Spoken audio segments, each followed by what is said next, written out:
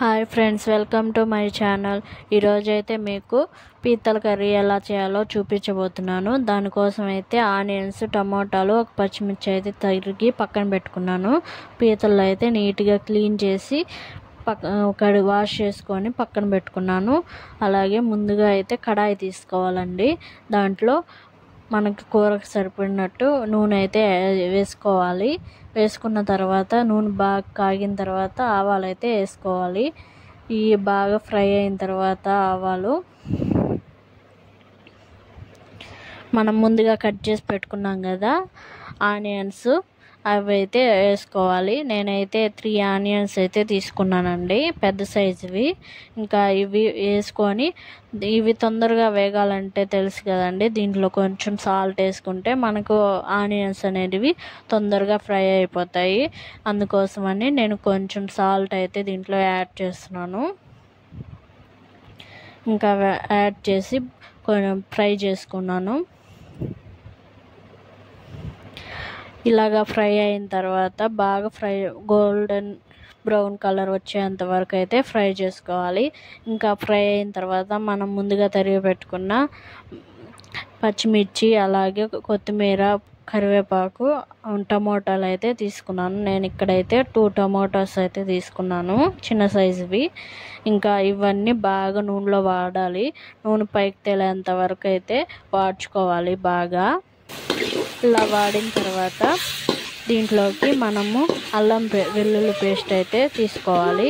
దీంట్లో పీతలు ఫ్రైకి అయితే అల్లం వెల్లుల్లి పేస్ట్ నేను పీతలు వచ్చి 2 కేజీలో 1.5 కేజీ పీతలు అయితే ఉంటాయండి. అందుకనేసి ఫస్ట్ 2 టీ స్పూన్స్ అయితే వేసాను అల్లం వెల్లుల్లి పేస్టు. ఇంకా సరిపోదని ఇంకో స్పూన్ కూడా యాడ్ చేసుకున్నాను.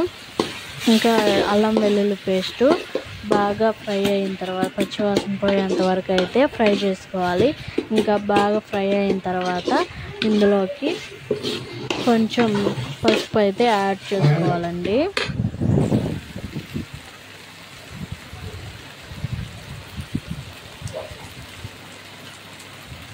అలాగే ఇందులోకి ధనియాల పొడి కూడా యాడ్ చేసుకుంటున్నాను.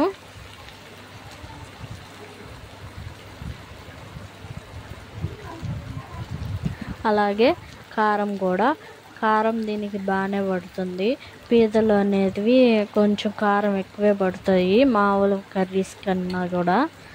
లేకపోతే తీయగా ఉంటాయండి పీతల కర్రీ, తినడానికి అంత బాగుండదు. అందుకనేసి కారం కూడా తీసుకున్నాను. అలాగే సాల్ట్ కూడా యాడ్ చేసుకున్నాను. ఇంకా బాగా ఫ్రై అయిన తర్వాత ముందుగా కడిగి పెట్టుకున్నాం కదా పీతలు, అవి అయితే వేసుకున్నాను.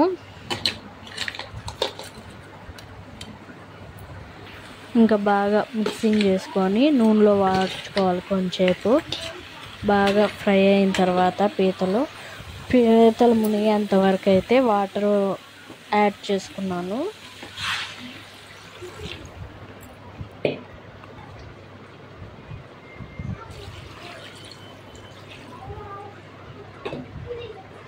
ఇంకా వాటర్ యాడ్ చేసుకొని బాగా మిక్సింగ్ చేసుకున్నాను.